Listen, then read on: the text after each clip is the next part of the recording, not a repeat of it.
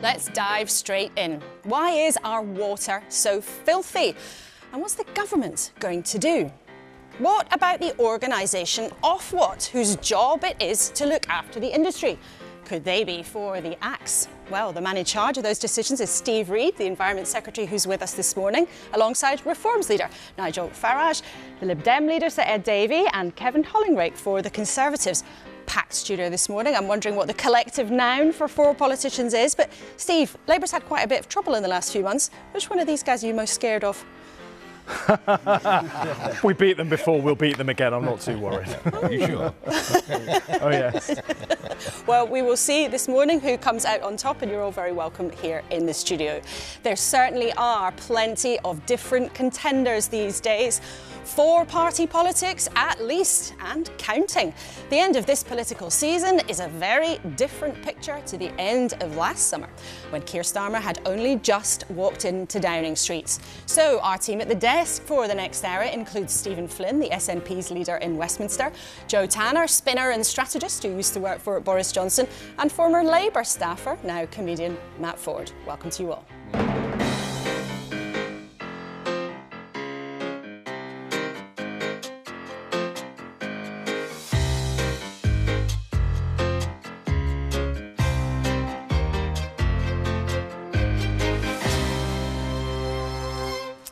Morning. Let's start, as we always do, with the news. And there's a pick and mix on the front pages today.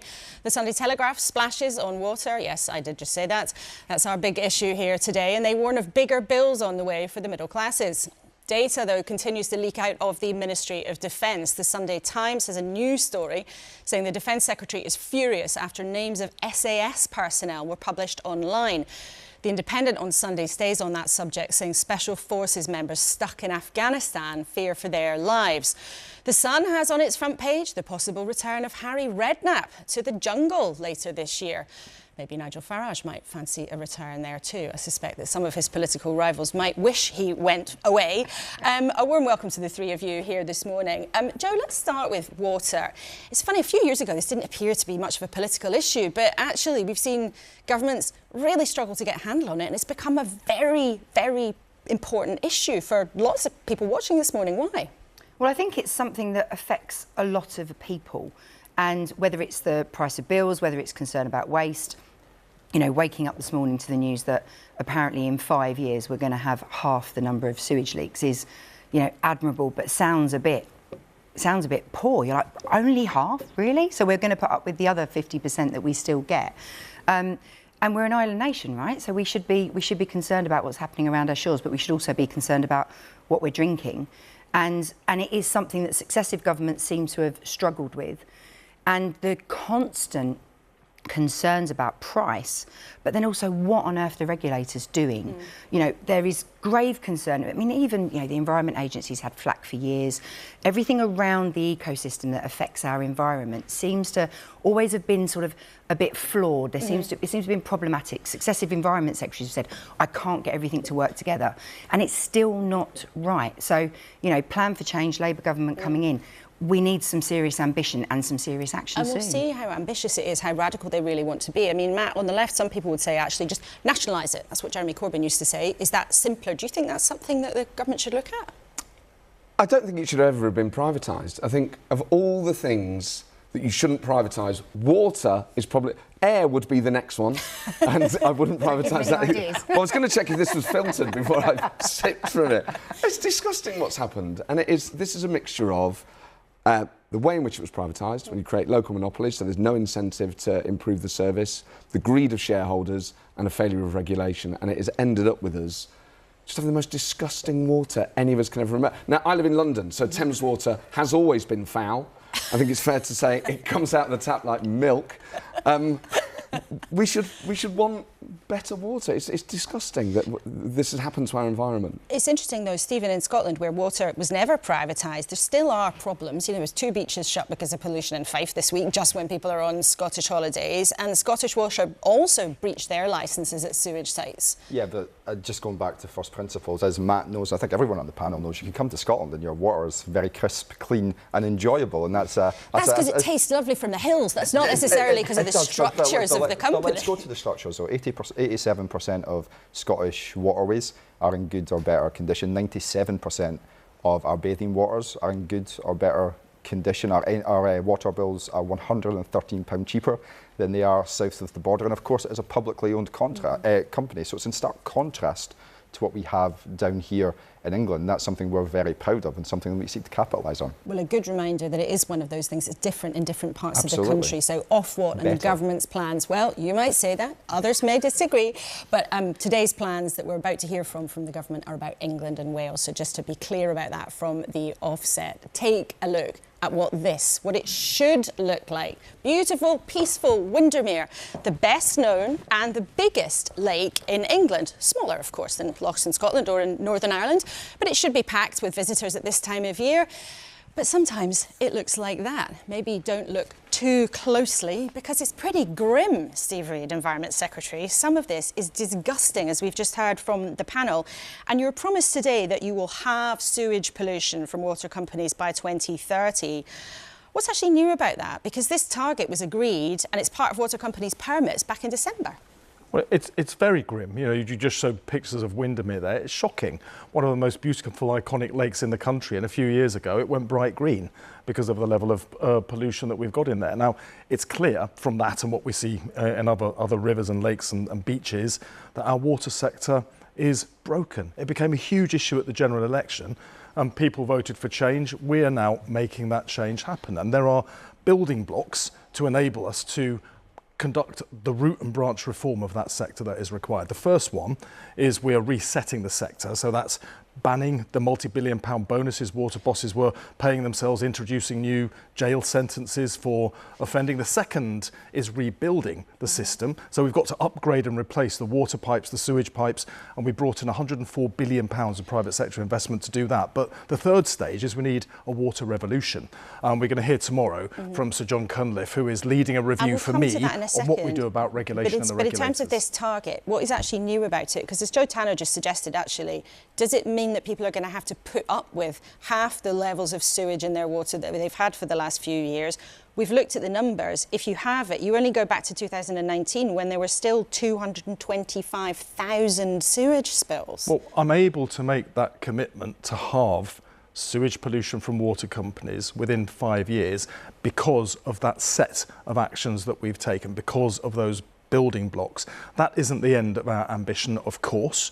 Over a decade of national renewal, we need to restore all of our rivers, lakes and seas to good health. But if you remember, up until this year, sewage pollution has got worse every single year. This is the line that we're now drawing. We turn this situation around, and over the next 5 years, we reduce that type of sewage pollution from water companies by 50% at least.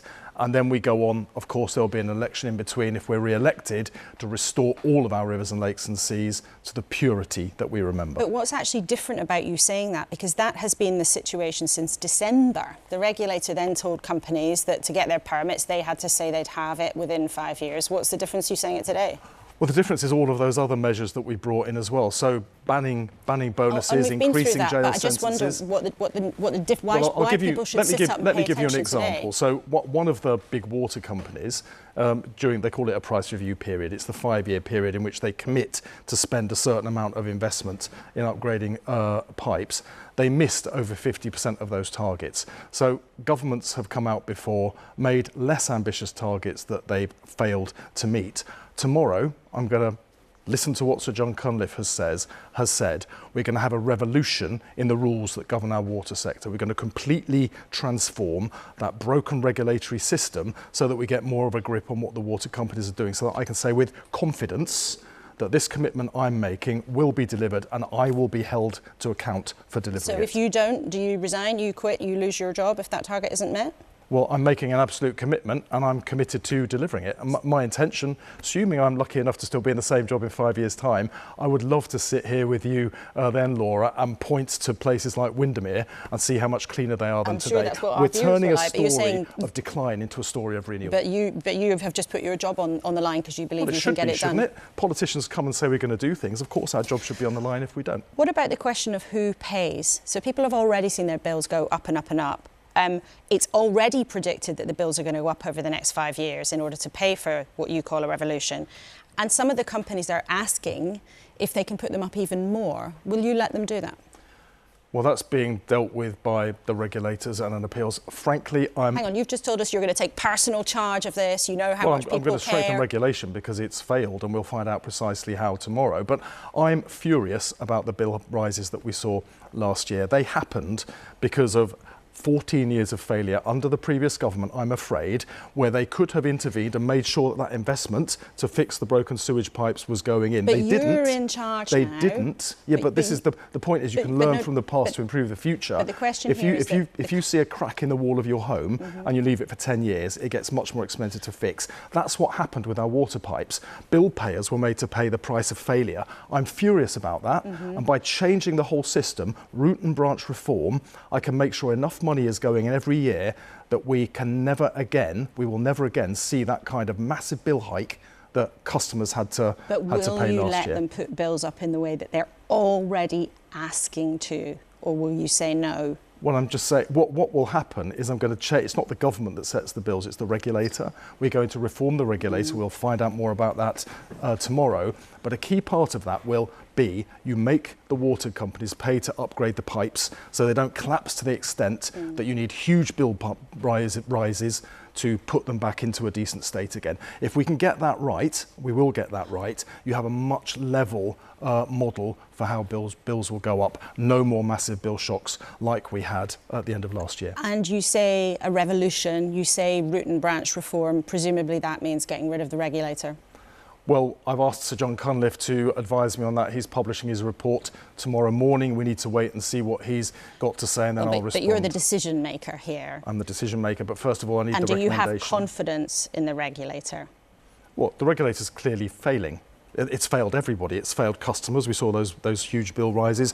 It's failed the environment. We see the state of iconic lakes like Windermere, beaches like the beach at Bournemouth. I've been up and down this country and spoken to wild swimmers, parents, everybody furious about the state of our water. So you don't so have clearly confidence regulation in the must change.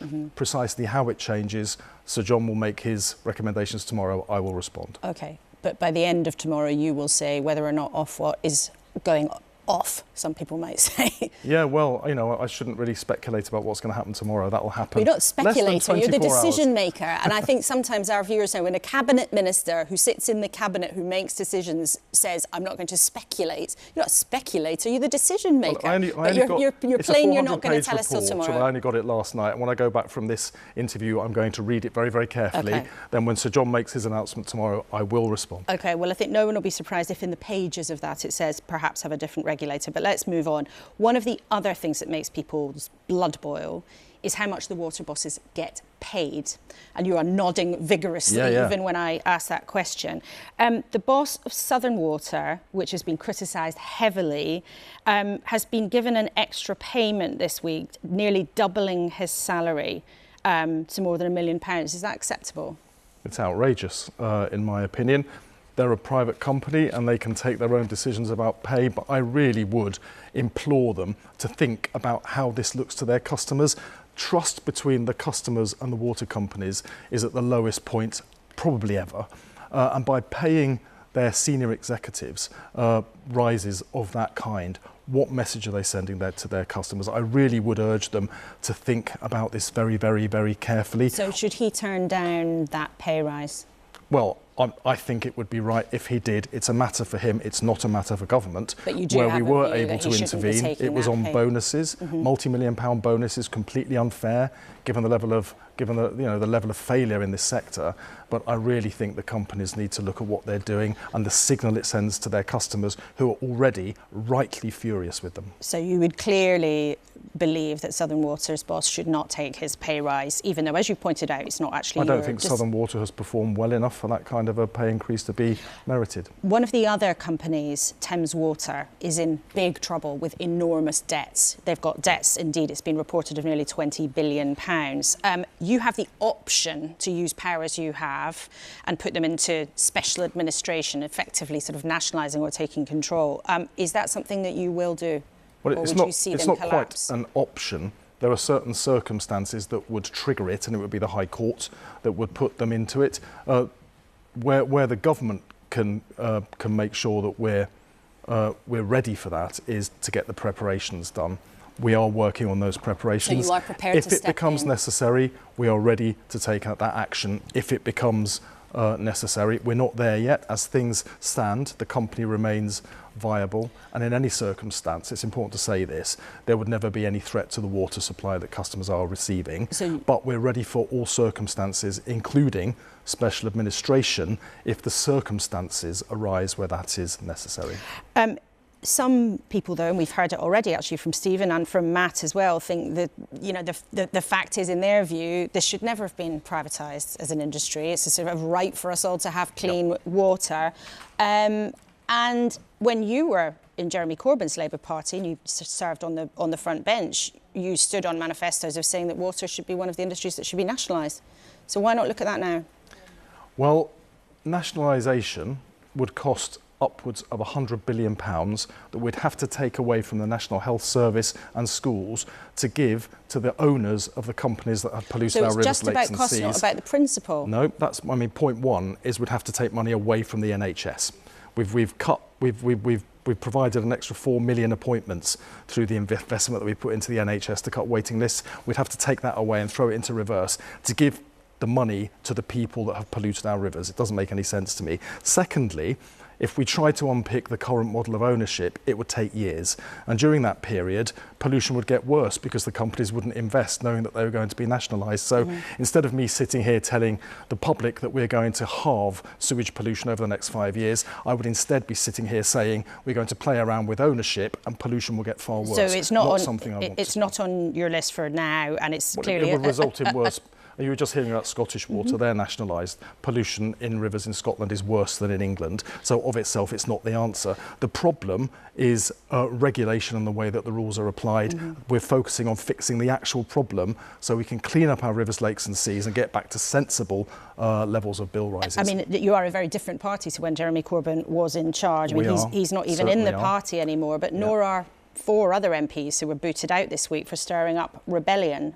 When you have got so many MPs that would, you know, probably more than would fit on a jumbo jet, why is Keir Starmer bothered about the activities of 4 MPs? One of our viewers has got in touch to say, is the PM so afraid he can't cope with a few critics? Does it look strong or does it look weak? The thing is, we are a team. The election was only a year ago. We campaigned as a team. We won as a team, and we have to govern as a team. People are at liberty to make their point of view known. They can go to speak to me, they can speak to other ministers. People regularly do that, but there have to be limits. If you go too far outside the team, so you're damaging the team itself, that can't be acceptable, and no manager of any team would let an individual player get away with that kind of behaviour. So I think he's sent the right signal to protect the team. It's by doing that that we can deliver the big changes that we're seeing. You know, we've had 4 interest rate cuts that has reduced people's mortgages. We've seen wages go up more in 10 months than in 10 years under the Conservatives. We can't do that if we don't work together as a team. 4 MPs out of 400 making things difficult. Keir said we put the country before the party. We have to make that real. I suppose the point is yet another sign, whether it's big or small, that all has not been well for the Labour Party. And the people who are smiling about that, Nigel Farage's party, Reform UK, have been grinning away, smiles ear to ear. We're about to talk to him in a few seconds about your woes. They've been ahead of you consistently in the polls for some months now. When do you reckon you've got a chance of beating Reform in the polls? I think with the current state of opinion polls reflect people's disenchantment with politics, and I'm not at all austerity because we just had 14 years where people were promised so much, and all of those promises were broken through austerity, through Brexit, after the pandemic, Build Back Better. None of it actually happened. The public want to see the change they voted for become real. So I'm sitting here today talking about how we're going to reduce sewage pollution in our waterways. It was a big issue in the general election. We'll halve it over 5 years, but each year between now and then, people will see change. We've already, wages have gone up more in 10 months than in 10 years under the Tories. We've provided 4 million additional appointments in the NHS, which is cutting waiting lists. 30,000 people who had no right to be here have been returned. This government is making change for this country, but but it takes time for that to feed through. I'm proud of what we're doing. I'm proud of this government, and the British public will see the change they voted for over the coming months and years. OK, Steve Reid, thank you for your time this morning. It's good to have you with us in the studio this Sunday morning. Thank you very much indeed for coming in. Well, Labour certainly does feel the pressure from Reform UK. Reform has had enormous success this year at the local elections, and as we've just been discussing, they've been ahead in the polls consistently since April. They've been scaring the Conservatives too, gobbling up voters on the right, with some Tories calling for some kind of pact between the two parties. The leadership of Reform and the Tories both seem, well, allergic to that suggestion, but Reform says its membership now stands at over 200,000. But the party's lost 2 of their 5 MPs recently, and life, well, maybe isn't that straightforward in the 10 councils they won control of either. But Nigel Farage is with us this morning. Thank you very much indeed for coming in. Let's talk then about the water industry. You say you would want it 50% under government control, along with all utilities. How much would it cost to have 50% of the water industry under public ownership? That depends what deal you do with the private sector investors. I mean, you know, we are in a hell of a mess with this. You know, an increase of the population by 10 million has left us completely incapable of coping. Companies have been badly run. I think we know all of that.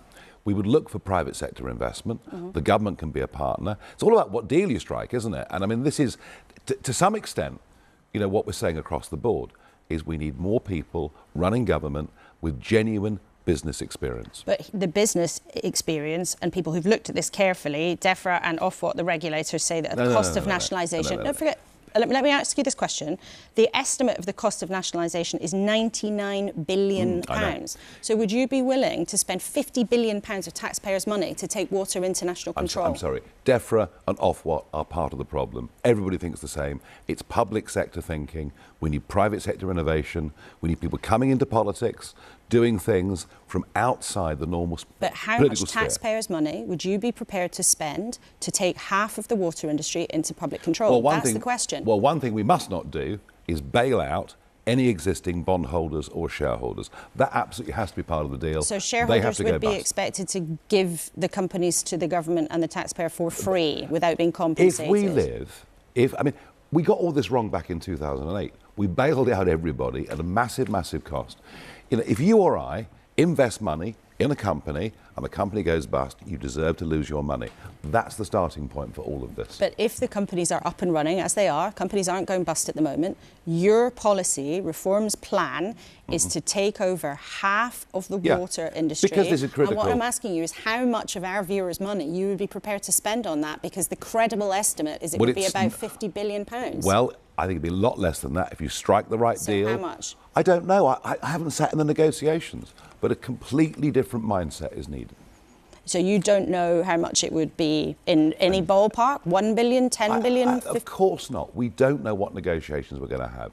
But it doesn't need to be a big sum of money if you incentivise private capital to come in and do the job properly. But private capital runs it at the moment, and they haven't invested enough. Of course. Listen, all sorts of people set up businesses and fail. There are more business failures than there are successes. This model hasn't worked. Let's get some new people in. And I tell you what, the money would come. So you want to nationalise it, you want it in public ownership, but you can't put a price tag on that yet. It's interesting you say that, because when Jeremy Corbyn used to argue... It used to be called public-private partnership, back in the days of Blair. Well, we need to update that significantly. When Jeremy Corbyn talked about nationalising water, you used to say his economics were from La La Land. So why is your proposal not from La La Land? Look, we have Conservative and Labour governments who can't even build a railway, you know? So do we want government running these things? No, but does the state need to get some degree of control over vital national assets? Yes. It's interesting because your traditional reputation is you want a smaller state, you want lower taxes, you're some politician of the right, but you are pushing for some very big increases in spending. No, but I'm pushing for some massive cuts in spending. Get rid of the net zero agenda. Even the OBR, which is a sort of tool of the establishment, estimates the cost of that at £30 billion every year. We've highlighted the money the Bank of England wastes every year. Again, tens of billions over the QE programme. We've talked about saving huge amounts of money on HS2. Well, so no is the answer. Well, let's talk about some of the specifics, because times have changed a lot, and your party is now in charge of billions of pounds through the councils that you run in England after your big successes in May. So there are decisions now that politicians in your party are making that we can look at carefully. A 19-year-old in your party is now the leader of Warwickshire Council, in charge of a budget of £500 million. He wants to spend £190,000 on hiring political assistants. Is that a good use of taxpayers' money? Well, at the moment, we're finding that we're very, very hamstrung. We're going into existing administrations. We're facing obstructionism in many places. And Warwickshire, a very, very good example. The CEO willfully defying what we want to do there. So, does this guy, George Finch, does he need some professional political figures around him? You bet your life he does. I mean, this is going to be a very big battle against the existing bureaucracies that exist in these councils who've been running bad practice for years. So your answer is we've to got take a fight on our hands. More staff. You want to cut costs, but your answer in that particular it's better to council have is staff. to take on more staff and spend nearly another £200,000 of council taxpayers' money. It's better to have staff who support the will of the democratically elected councillors than it is to have public sector staff opposing you. But you think that is then a model for what will happen in reform councils around the country? You'll take on more staff, costing more? I think Warwickshire is the worst example of obstructionism that we face. There are other councils where we're working reasonably well with existing administrations. What do you actually mean by that, obstructionism? What do you mean, the chief executive refusing to... They don't want to show us the books. We ask, where's the money being spent? Can we see the credit card statements? And we find genuine, deliberate obstructionism. Well, let's look at another council, Staffordshire. Your team that's meant to go in and hunt for savings, sort of modelled on Elon Musk's Doge efficiency team. Staffordshire Council says they've received no request or notification of the audit. Essentially, your team that's meant to be looking for savings hasn't turned up yet, even though you won in May. They haven't. No. They haven't turned up. No, there are 13 of them for us to go around. You'll find in West Northamptonshire, we've just saved £1 million renegotiating an IT contract. Just one little example of what we can do. Bear in mind, we're not the Labour Party. We haven't got hundreds of staff. We're a party that's been really active for just over a year. We're growing in size. Yes, we have a Doge team. They've not been everywhere yet. But you've seen already, us highlighting examples of extravagant expenditure. Well, you've seen already also in Warwickshire, we've just discussed somebody wanting £200,000 on extra staff because they don't have the ideas themselves. Once he's got the right staff, we can make some real savings. We've also seen decisions, like in Lincolnshire, for example, where the council's got rid of the flood committee, except there have been floods. Yeah, well, who says the flood committee would do any good? I mean, there is this assumption that you appoint committees, you launch inquiries, you do all these things, and they actually lead to any results. And we saw no evidence of that in Lincolnshire at all. So you saw no evidence that having a flood committee to try to protect the citizens of that county from floods? I think you'll find that Dame Andrea Jenkins, who is the mayor of Greater Lincolnshire, thinks actually she'd be better off with some civil engineers rather than people placed on a committee who've got no knowledge of the subject at all. They had no knowledge of flooding, the floods committee? Not as much as professional civil engineers. What about Scarborough Town Council, which has given no idea.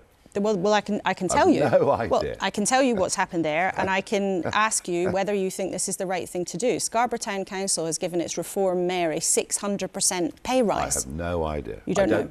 Whether what you say is true or not, I have no idea. So is that the right thing to do in principle? I have no idea. It's a town council, 600%. What's it from sort of... It's a small amount, so a payment of £500 up to £3,500, which I know you're going... I don't know. Is he doing it or she doing it as a full-time job? I have no idea. But in principle, is that the right thing to do? What we could do is just get multimillionaires to stand as candidates everywhere, and indeed... Our Doge team are doing the work unpaid, right? If people have got resources and want to do it for free, that's great. I don't know the Scarborough circumstances. OK. You mentioned Dame Andrea Jenkins, who's now one of your elected mayors. She said this week she doesn't believe that climate change exists. Do you believe in man-made climate change? Well, they're two separate questions. Well, do you believe in man-made climate change? Well, do I believe there's climate change? Yes. Does man have an influence? Impossible to think we haven't got some influence. As to what proportion it is, I've no idea. But as a simple question of no, principle, I know. do you believe in this is man-made not my climate religion. change? This is not my religion. I know it's the religion in Westminster now in a fairly godless age.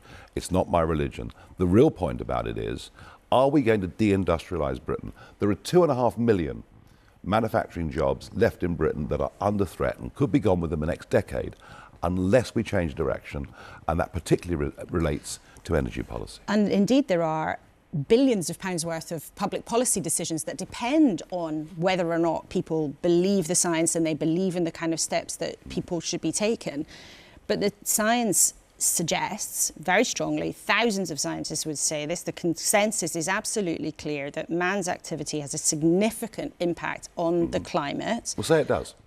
And you have a senior figure in your party saying he doesn't believe in it. Well, is that sufficient reason to defraud British taxpayers of billions of pounds every year, which is what we're doing in subsidising wind energy and solar energy for literally zero effect on global CO2 emissions? The same goes for closing our steel plants and moving the production to India. You know, we've got ourselves stuck in this mindset.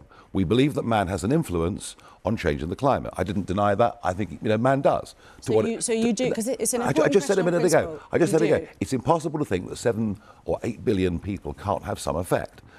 But whether that's a reason to transfer manufacturing to other parts of the world, whether that's a reason to have the most expensive energy prices for industry in the world and to make the poor poorer in society for almost no benefit whatsoever, I doubt. Well, plenty of people would disagree. In fact, people maybe watching this programme who work in green energy, who maybe weren't making, Yeah, but what about those that have lost their jobs? What about those that have lost their jobs in traditional industries and those that are threatened? You know, we are going to need huge amounts of steel, for example, over the next few years. We're going to need vast amounts of copper wire over the next few years. We're just not making this stuff here anymore.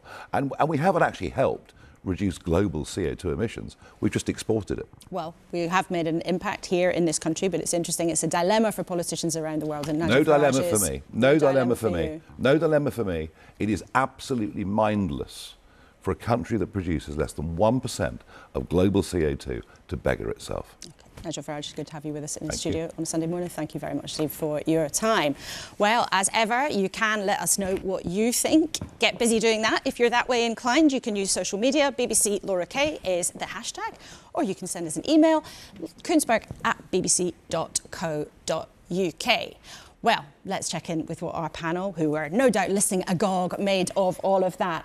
Matt, we just heard from a Cabinet Minister, followed by Nigel Farage. How do you think Labour should take on reform, who are months after months now ahead of them in the polls? I think what's really interesting is you saw in those two interviews the root of the problems for both of those parties. Is Nigel Farage is a phenomenal political communicator, but he's not on top of the detail. And he's a particular type of capitalist for whom money is everything. He would deregulate, he would pollute, he would lead to problems in reindustrialising this country that would have all sorts of negative consequences for us. However, he is right about the global impact of some of the measures we're taking, and I think people watching him will have a really emotive response. Some people will just be repelled. Other people will say, this bloke is talking sense. Why are we bending over backwards when China and India are pumping out megatons of carbon? Is us separating all our stuff into 5 different bins really making that sort of an effort?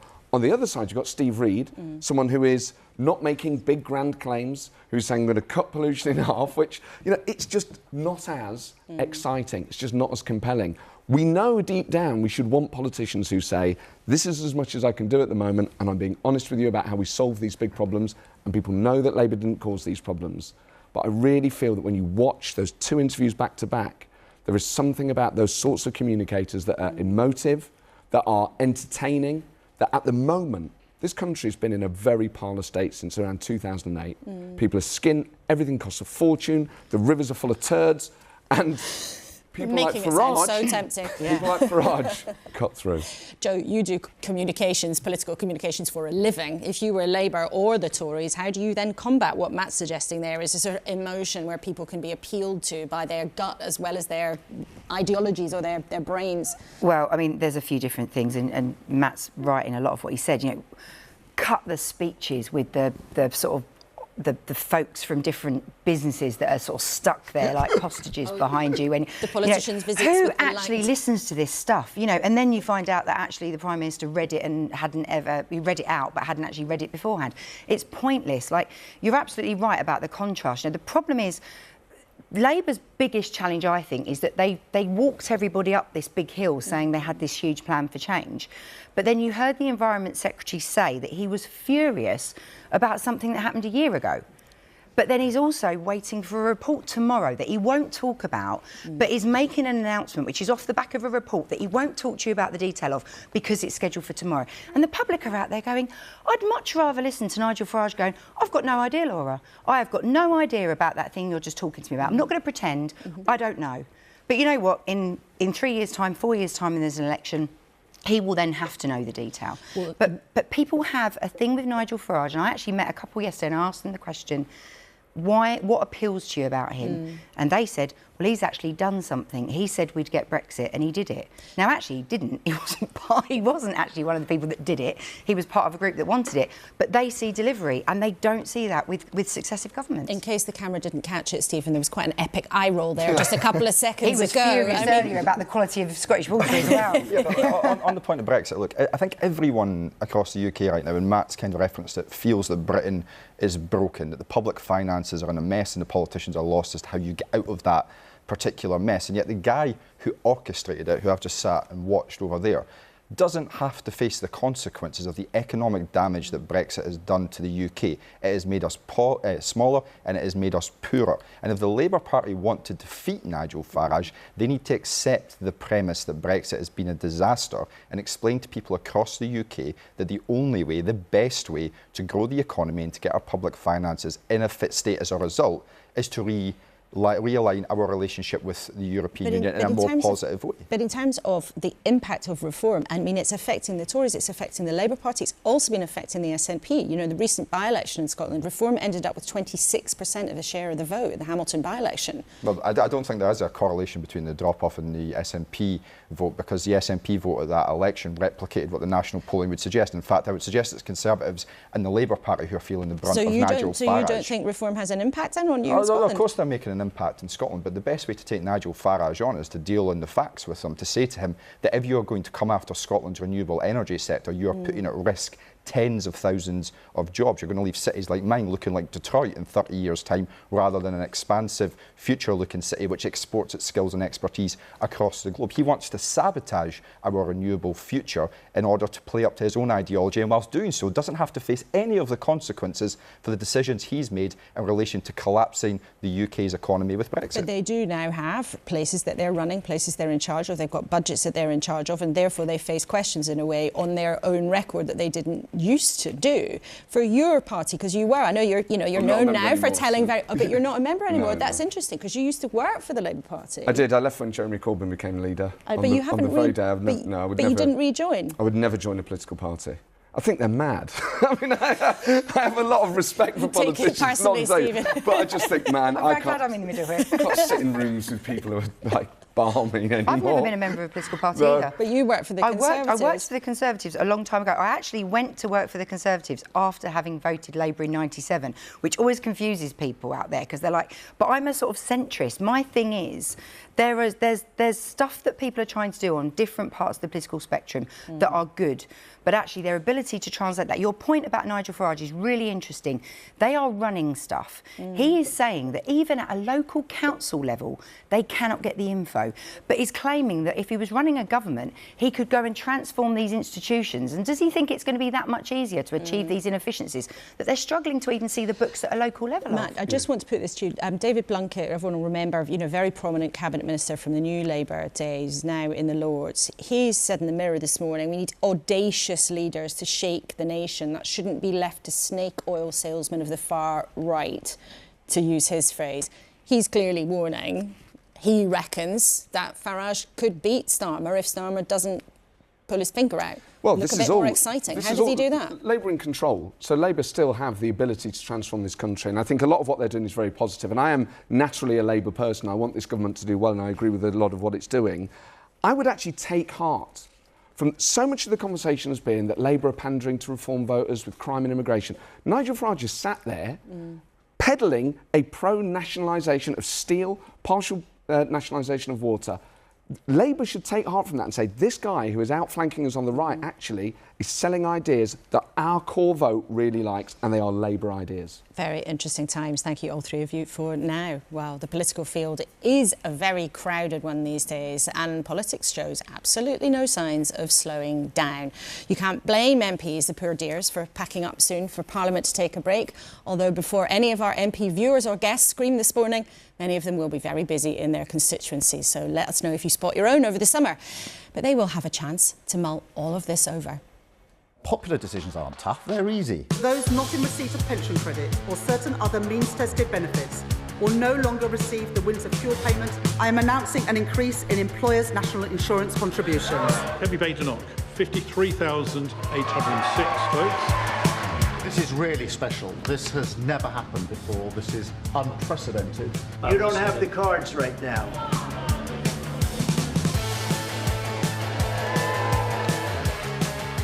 We are now the opposition. We are now the ones that will take on Keir Starmer. I think he's running a cult. Excuse me, do you think it's all right not to pay?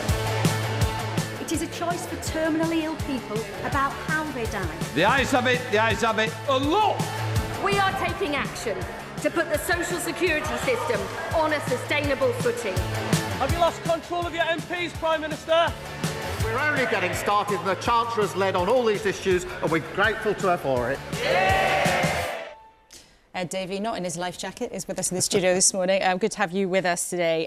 Let's start with water. Now, for some time, the Lib Dems have said you should get rid of Ofwat. Steve Reid was coy, but it looks very much like that's going to happen. But what's the point of just replacing one quango with another quango? Your version would be the Clean Water Authority. What's the point of that? Depends on its powers.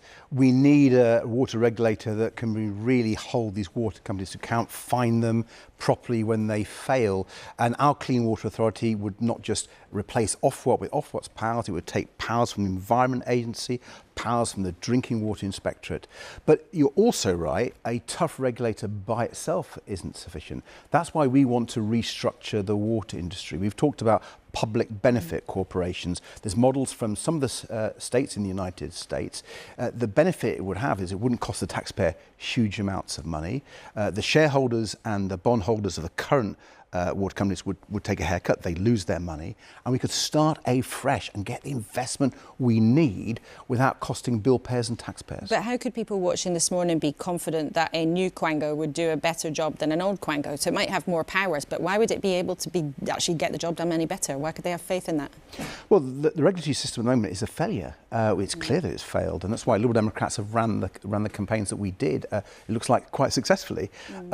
But it needs more powers. At the moment, you've got powers in the Environment Agency, powers in Ofwat, powers in the Drinking Water Inspectorate. It's no wonder these water companies have been getting away with it. So let's see what the Water Commission announces on Monday. We'll be holding the government to account. They need to go really far. They've been quite slow so far, and that lack of ambition has been quite frustrating. How would you, though, persuade huge multi-billion-pound corporations to lose money and turn themselves into, or be forced to turn themselves into, public benefit companies, the firms that you describe, where they, yes, can make some profit, but they also have very strict rules about having to protect the environment? How would you just make that happen? You can't expect shareholders with legal rights just to turn into something else. Well, first of all, let's take Thames Water. It's lost money hugely. That's why Liberal Democrats have talked about it going into special administration, which is temporary nationalisation. But I'm talking about how you force multi-billion-pound companies to turn themselves into something else, where they're not allowed to make as much money. Do you know, if they had the proper regulation, I think they'd just give it up. Because properly regulated, they know that they wouldn't be able to make all the huge dividends that they've made to their shareholders. They wouldn't be able to make the bonuses that they've made in the past. So your plan is to make the environment so the business environment so unattractive for big companies that they walk away from the UK? No, we're trying to make it attractive for the environment and public health. What's been failing at the moment... So you want big companies to walk away? I mean, that's what you just suggested. Well, no, hold on. Of course we want private capital in, but in this particular sector, the private capital model that was brought in by the Conservatives has failed. We think going back to a nationalisation model would be a failure too. It cost a huge amounts of money. You're right to question Nigel Farage on that. He didn't have an answer, did he? We've got an answer coming from best practice in the United States. You actually see it in Wales. Wales has got a very interesting mutual model. But the point is about how you make that happen. And how you've described it is essentially that the big boys would walk away because they wouldn't be able to make the same level of profit. But the very problem of the water industry has been underinvestment. So if you make it unattractive for big investors to stay in that industry, where are you going to get the money from to spend on leaking pipes and dodgy sewers? Public benefit corporations, as we see them, could borrow a lot of money, but they'd be run commercially, but with an environmental mandate as well. It's been done elsewhere really successfully. We'll be pushing for it. It's, I think, the most sensible model both for the taxpayer and for the bill payer, and also for those of us who care about sorting out our water industry and getting rid of the sewage from our rivers, lakes and seas. What you're talking about there would be a very big change in how a very big and important industry in this country works. You're also talking in terms of the economy about some pretty big promises or some pretty big bits of spending that the Liberal Democrats have either called for or welcomed, and we can look at some of them. You welcomed the government's U-turn on welfare, ditching those plans. That's about £5 billion. You welcomed also them scrapping of the winter fuel allowance. It's another £1.5 billion. You want to get rid of the two-child benefit cap that limits some benefits for families with more than 2 kids. It's another £3.5 billion. And you say the government should be spending 3% of the whole national economy on defence before 2034. That might be more than £13 billion a year. So where on earth is all that money going to come from? Well, let me take you through it. First of all, on welfare, we do need to cut the welfare bill. The question is how you do it. The question on all of this is, where is your extra hoped-for spending that the government hasn't funded? Where is that all going to come from? Well, first of all, we've argued to have a much more growth-orientated policy. So you know, I've been on this programme before, I think, and talked about our proposal to have a new UK-EU customs union. Which the EU might not give you, and is something that might not necessarily be what the public wants. So that's a possibility, but it's a sketchy possibility. I think it's very likely. Let me explain why. The thing about trade is mutually beneficial, so both sides have to benefit. And the customs unions have been taken on board, not just by people in the EU, but other countries outside the EU in the way that we're proposing. And that would be, I think, massively beneficial for growth. There's been a frontier economic study that suggests that you get £25 billion from growth over a few years. But the political arguments of that have been very well rehearsed in this country, and it is not what the two big parties have argued for. And you know that it's not likely at this moment in time. I'm the leader of the Liberal Democrats. You've asked me what our policy is. I've put forward a pro-European, pro-growth policy that can work. The independent analysis has shown work, which would deal with, well, they've gone now, some of the figures you put on there. But I can take you through all those individual policies, show how Liberal Democrats would do things far, far differently. I think people have been disappointed in this Labour government, and that's giving room for people like Nigel Farage. So we've got to have some big ideas. I came forward with an idea this week. I think we should aim to halve people's energy bills, businesses' energy bills, within the decade. I go further than that. I think we have to do that. People's energy bills are way too high. It's hitting industry. And in that regard, I agree with Kemi Badenoch and Nigel Farage. The difference is they want to make it worse. They would rely far more on fossil fuels, and it's the price of gas that's been putting up the bills of energy for our businesses and for our households. We have a proposal, set out in detail if you like, which would move far more to renewables, so we aren't so reliant on this expensive gas from Vladimir Putin, who is the world leader that Nigel Farage admires the most. OK, well, we know how much energy bills matter to everyone watching this morning and how important they are for politicians. So maybe another time we'd have more time to talk about that proposal. But Davey, thank you very much indeed for joining us in the studio this morning. Water, as we've been discussing, is a huge deal for lots of you and lots of our politicians. And lately, it's become the backdrop also for lots of photo ops. We know that Ed Davey, we've been speaking to, has spent a fair bit of time splashing around in Britain's rivers, but he's not the only one. Steve Reid, the Environment Secretary, is no stranger to getting his wellies on, taking a water sample there. And just this week, Robert Jenrick, the Shadow Justice Secretary, so shy of the limelight, shared this snap after he'd been cooling off in the River Tame in Shropshire. Well, his colleague Kevin Hollinrake is here. We couldn't find a photograph of you wild swimming, Kevin, but we're pleased to have you with the studio with us this morning. Yeah. Do you welcome the notion that Ofwat is on its way out? Well, we need strong regulation. I'm not convinced that playing musical chairs with the regulator is going to solve the problems. But can I just say, just listening to the other contributors this morning, you know, every time somebody makes a profit in this country, people object to it. And you will not get the investment in this country unless people are allowed to make a profit. Now, of course, there's got to be a shared approach between investment in infrastructure, which we need, which will cost hundreds of billions of pounds because we have a Victorian-era sewage system. But also, any shareholders, any investors will want to see a return on investment. Now, of course, you can do what Ed Davey wants to do, or Nigel Farage wants to do, and nationalise it all. But that private capital that you then invest, the money you borrow, that's what we're talking about, will also cost money. So I think the system is better in the private sector. It is generally more efficient. You'll get the investment, and it won't be subject to a chancellor making a choice between a new hospital or a new sewage system, because I know where the choice will lie. The problem, though, has been that the private sector, by many, many people's estimation, has failed in terms of this market. And they were near monopolies anyway, the way the water companies are, you know, attached to different regions. And it is one thing saying private investment has to come in, but what do you do? Should the regulation be much, much tougher in order that they behave and spend money in the way that the government would like to see? Yes, of course. And you've got to make sure that companies don't pay out dividends when they should be investing. That's why Ofwat fined Thames Water £18 million and why they made them pay back the £130 million special dividend they paid out. Quite rightly, you have regulation, but be realistic. You've got to make sure, if you want private sector investment in this country, those investors want to see a return. That's not just in the water industry. The way out of our current economic malaise is supporting the makers, the people who start companies, build companies. I was in business for 30 years myself.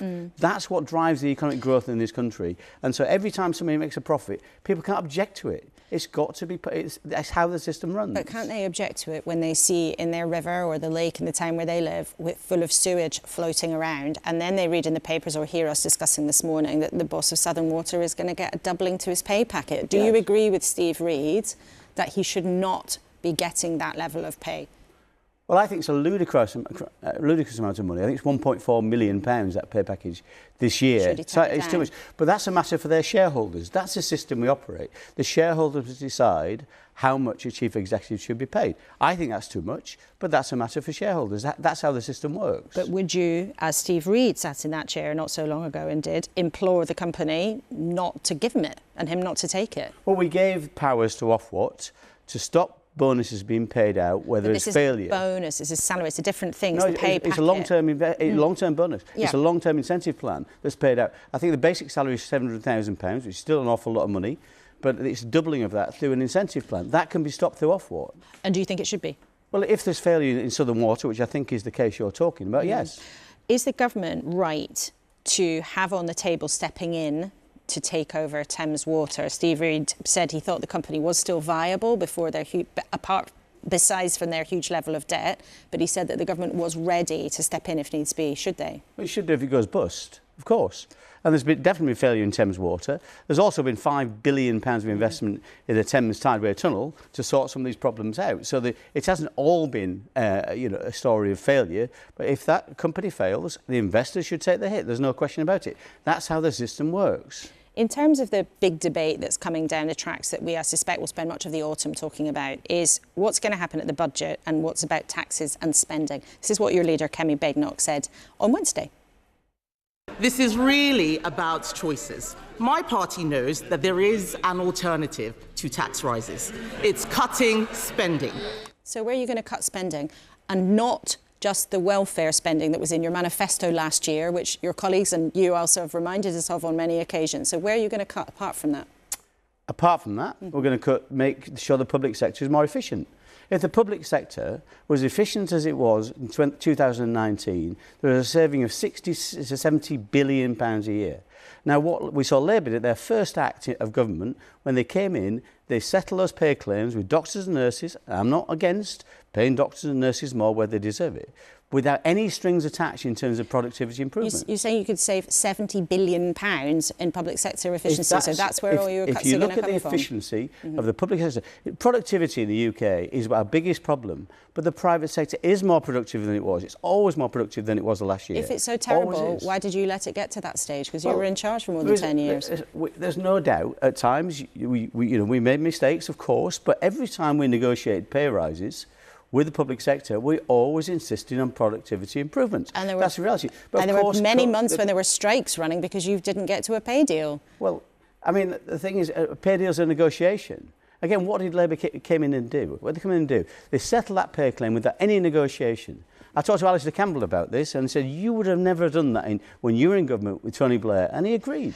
It was a foolish piece of negotiation. But this is about the choices that the Conservative Party might make under Kemi Badenoch. And I just wonder, one of your colleagues said to me that no one's understood how radical you were really going to be under her leadership. Is that right? You've got lots of secret plans that you just don't want to... lots of plans. I mean, that's what we're developing now in terms of policy commissions. What Kemi believes is that we should form our policies, we should think them through, because she doesn't want to see what's happened to Keir Starmer. You come in, you have no plans for the future. The plans you do announce is U-turn after U-turn, winter fuel allowance, welfare payments. That's chaos. You don't want that. You want to properly think through your plans, build your policies that stand the test of time, and you execute them. And my experience of Kemi, having worked for 18 months in the Department of Business and Trade as her minister, is whatever Kemi says, she does. Well, we will see. Kevin Hollinrake, it's great to have you with us in the studio as ever on a Sunday morning. Thanks very much indeed for your time. Well, we are almost at 10 o'clock on our last show of this political season. I was going to say it feels a bit emotional, but that's maybe overdoing it. But let's see what was on our panel's minds as we were listening to those last two things. And I must ask you as well about something that's going to happen while we are off air, which is the impending visit of Donald Trump coming to your and my homeland any day now. Are you going to meet Donald Trump? I think your boss, John Swinney, the First Minister of Scotland, is going to meet him. Yeah, it's absolutely right that John does meet him. As the First Minister of Scotland, we've got one of the most senior politicians on the planet coming to Scotland, coming to Aberdeen, coming to my hometown. It's absolutely and right. And one of his golf courses, Townbury, beautiful Ayrshire. Yeah, he's going over to Ayrshire as well, so it's absolutely right that John meets him in a respectful fashion. I don't think the UK should be rolling out the red carpet later on this year. I'll not be meeting with the President. I'll be busy getting a haircut or washing my hair. And finding... Is that because you're worried about your golf skills? Or is it just... finding any excuse possible to make sure that I'm looking after my own toddlers at the time. But look, it's important that the First Minister does meet with the President, as the Prime Minister will be as well. Well, I've been told very clearly by somebody in government that we will not see Keir Starmer joining Donald Trump on the golf course at Townbury. Because he'd have to lose. Oh, he'd have to lose, goodness me. Well, I think they should do foot golf. It's like a combo of football and golf. There is a thing they could do together. Well, that's a new one on me. But they can have that at number 10 for free. Well, we will not see Donald Trump either driving the buggy or Keir Starmer driving the golf buggy, or maybe competing over who's going to look in charge and grab the wheel. I just wonder, Joe, though, how would you, if you were advising Labour, how do you handle President Trump on a visit like this? And maybe if you give us a glimpse of the kind of thing that goes on behind the scenes when these things are planned. Well, I mean, there's a lot of biting down to probably the wrists from the team around. But let's face it, international care, I think, has been more successful than domestic care, really, in terms of the handling of some of these big moments. And, you know, it's going to be very much about Trump. It's going to be very much about the golf course and his sort of moment. They have obviously got the next visit quite soon afterwards, really. We think, yeah. So I think the big thing is well, firstly, everyone's going to be watching like a hawk. What is he going to do between now and then that they're then going to have to answer at one of those marvellous sort of press conference moments? But I think it's more about the choreography of it and what are they going to be able to contain to that visit, and what do they then make the bigger issues for the September visit when he actually comes over for the formal stuff. Of course, because there's a technical difference between a state visit with all the trappings of the UK government and a private visit like this one.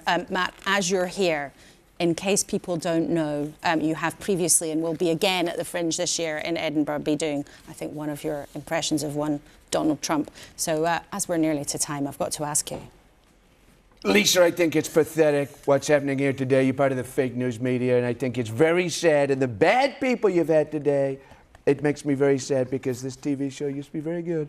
And I think it's getting very bad. I think both of you are sad people talking bad things to losers. I won't take that personally. Matt, thank you very much indeed. Joe, thank you very much indeed. And Steve, thank you very much indeed. And thank you, of course, to you for getting in touch. Let's have a look at what you've been saying today. And the water industry seems to have got some of you hot under the collar. Julie Gellard says, I'm so fed up of paying more money to these companies and not getting back what they promise. Andrew Rigby is next. Andrew's told us shareholders made vast amounts of money. Now the customers have to pay for it. And I think time for one more. Simon from Kent says, we have heard this all before. Nobody ever gets fired. We pay the bills and there are £1 million bonuses. Pathetic.